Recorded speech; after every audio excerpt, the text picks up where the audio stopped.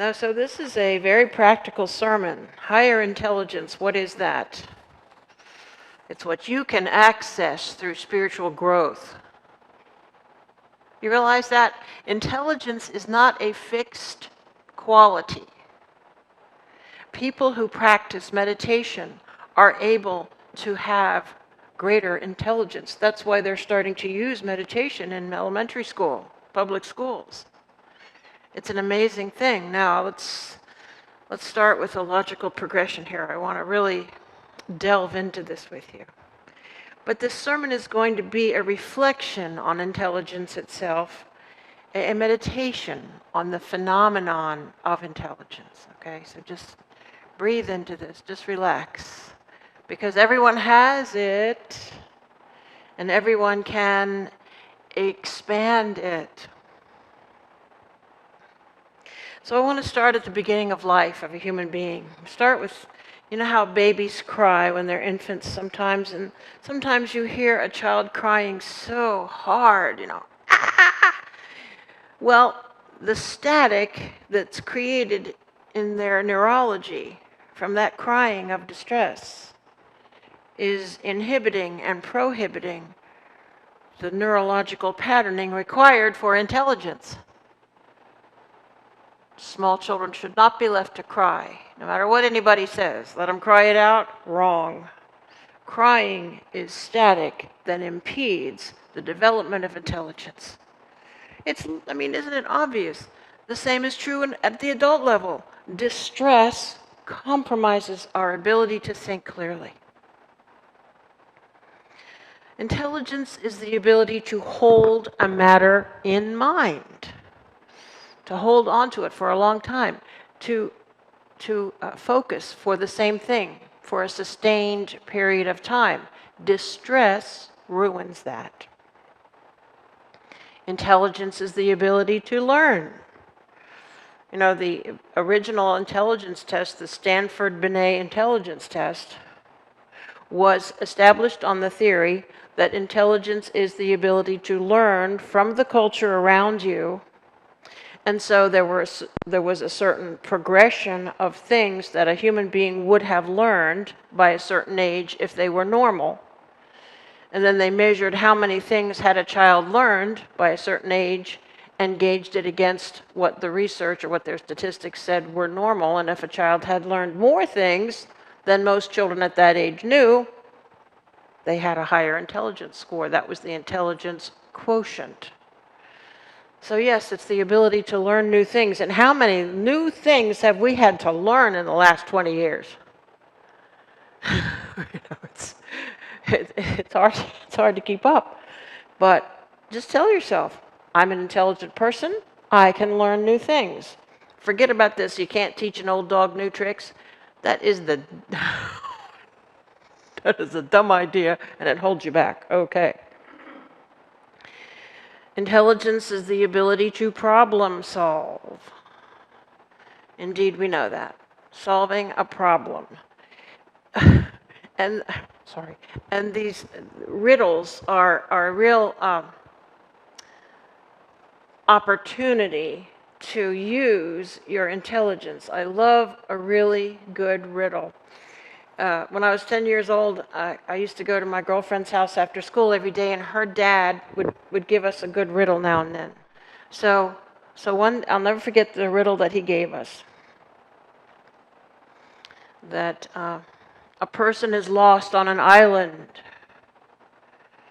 and there are two tribes on the island, the tribe of the truth tellers and the tribe of the liars.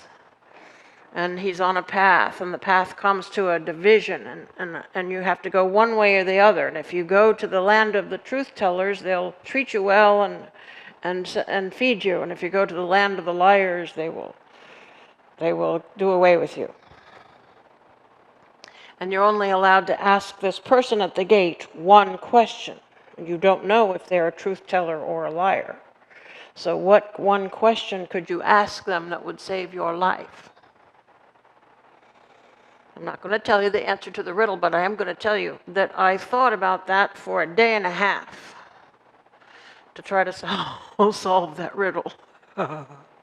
I kept telling myself, there is a simple solution. There is one question that you can ask that will give you the same answer, whether it's a liar or a truth teller. And that's the question I need to figure out. And that's how I solved it, and I solved it. But it took a day and a half of pondering, and I think that's a developing of intelligence, to ponder something long enough to finally arrive at the solution. Would you agree? Intelligence is the ability to create from nothing, to go back to the origins, to wipe away all the misinformation, to wipe away all the incomplete solutions and start from nothing, create from nothing, make no assumptions, and bring no baggage. That's a form of intelligence. Intelligence is the ability to use intuition. The verb form of that is intuit, to intuit. I have this little riddle. How do you learn to intuit? By being into it. Yeah, by investing your consciousness, your energy into a situation, by projecting your thought vibes into a matter, into any field, and deriving back from it information. That's intuition, and we have that capacity. To reason, intelligence is the ability to reason. And that's how I solved that riddle. This riddle is set up that you can only ask one question, so there must be one question that you can ask that would give you the same answer, whether it's a liar or a truth teller. So what is that question? That's reason, you see. And the ability to construct reason to solve a problem is part of intelligence. It's an amazing, amazing process, reason is. To think in logical progression. Yes, and then there is also intelligence that has to abandon logic and abandon reason. Are you aware of that? Sometimes reason and logic hold you back. And it's intelligence that discerns which it is. Okay, do I need reason or do I need pure knowing? Intelligence gives us that choice. Today I want to propose that intelligence, the lower kind, talking about, higher intelligence, what is that? Well, the lower kind of intelligence is the cycling over and over of the same condition. Have we all witnessed that? In our own lives, perhaps, hopefully not, but certainly everyone has it.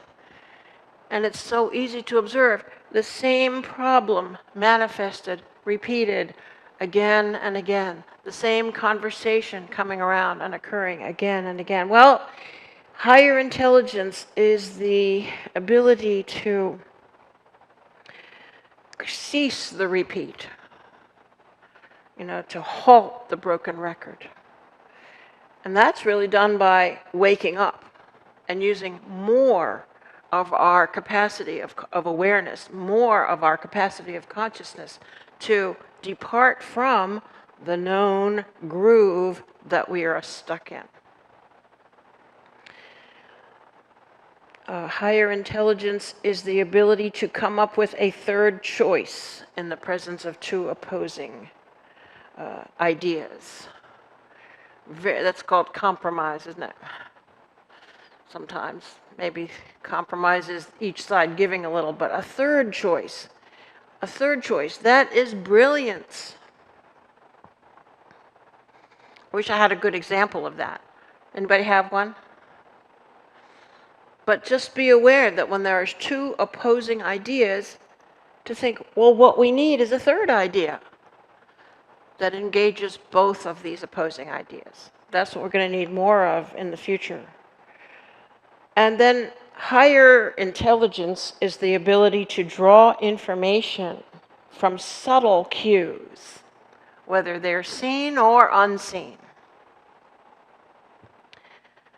I recently saw this movie, Knives Out. It's a mystery.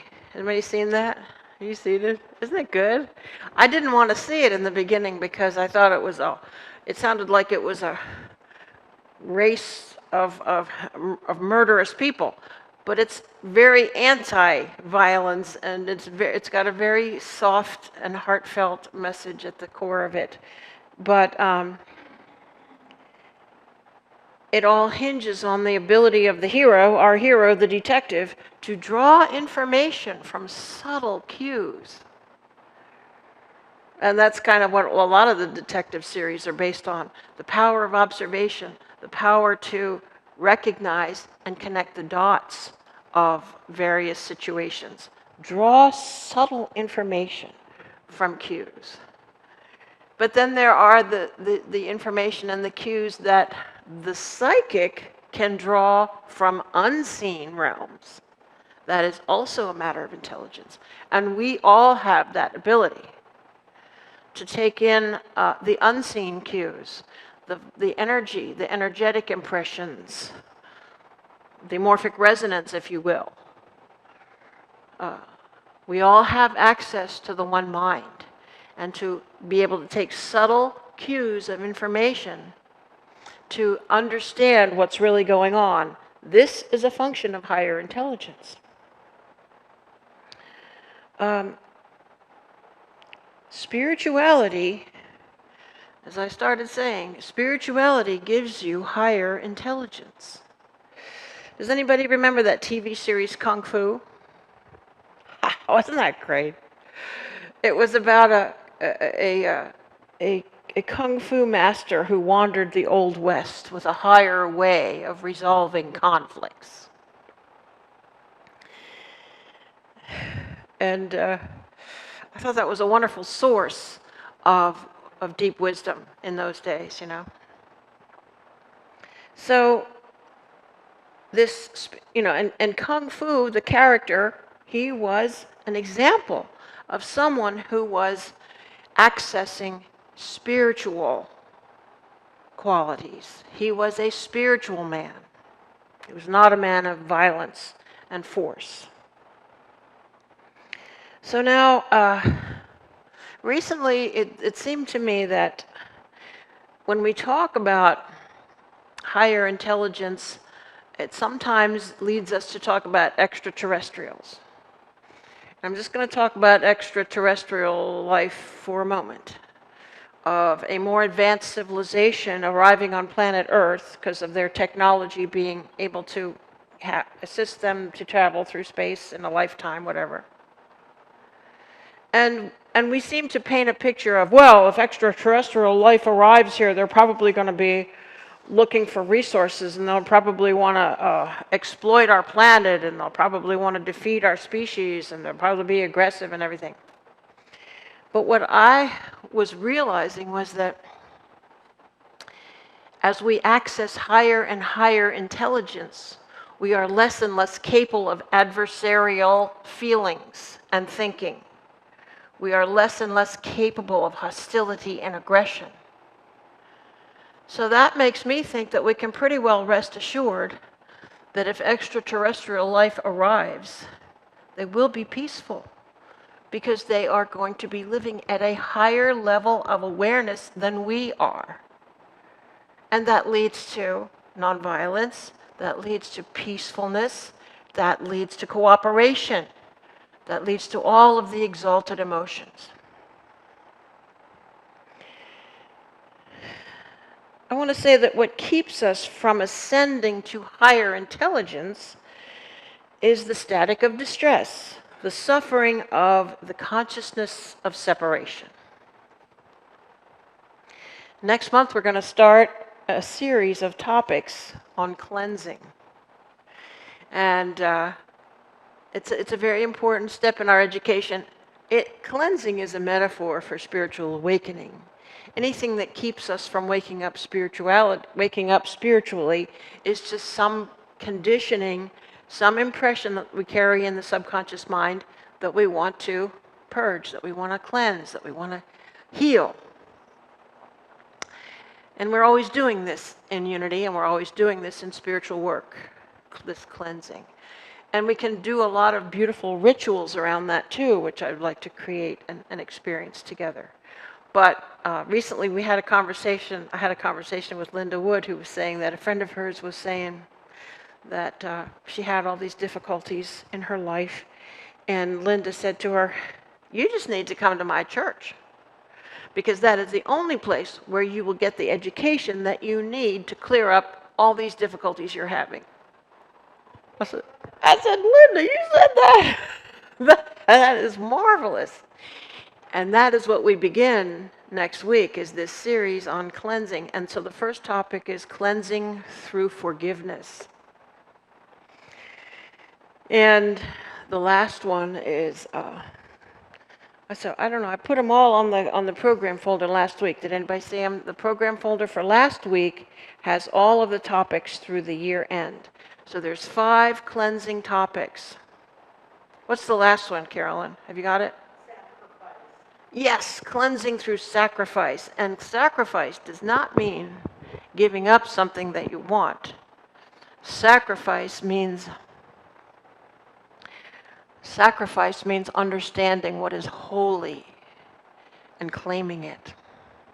A beautiful thing. So I think that's going to be a lovely journey for us in the month of August to experience this wonderful kind of cleansing of our subconscious realm of mind, to experience the freedom and wholeness that is ours in spiritual awakening.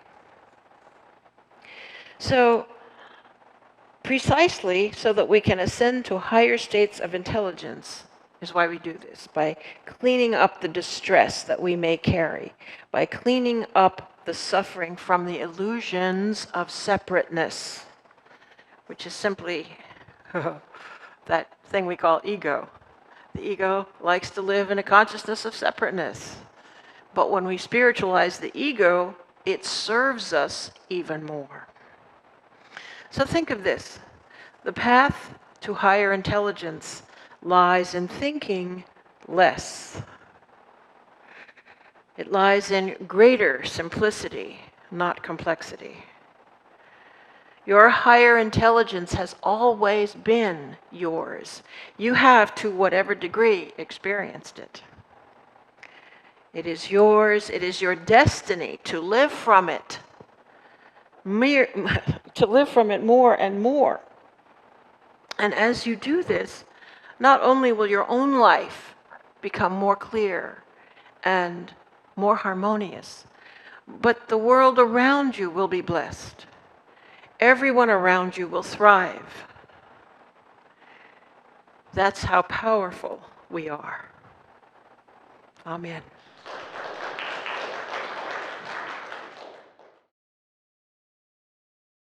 Our statement for meditation is found in your program folder. It starts with one of the classic unity phrases, "I am open and receptive."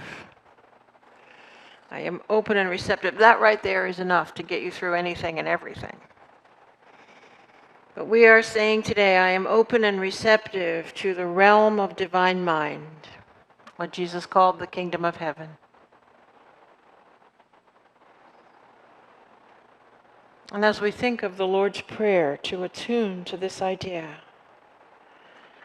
Our Father who art in heaven, the divine abides in the realm of mind. Hallowed be thy name. Sacred and holy is the absolute good of your nature. Thy kingdom come. Let that kingdom of divine mind be my day-to-day, moment-to-moment, breath-by-breath reality, on earth as it is in heaven. Give us this day our daily bread, for it does appear, for you know what we have need of before we ask.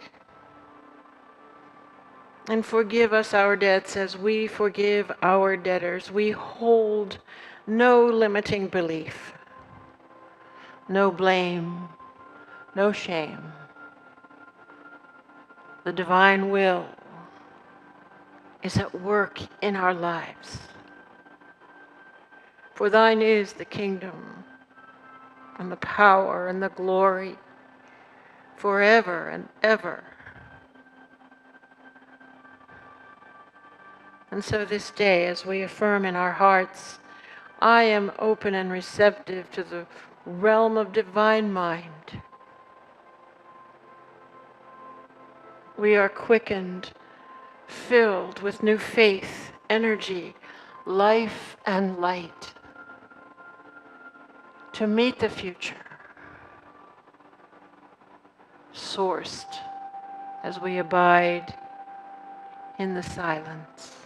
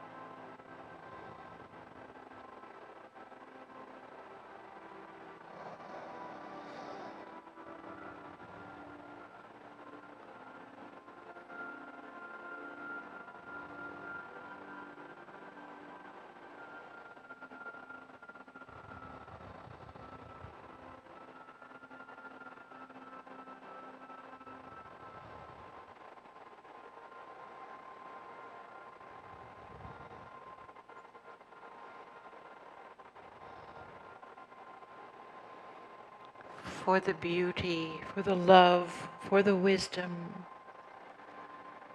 that is ours through this intelligence, through consciousness,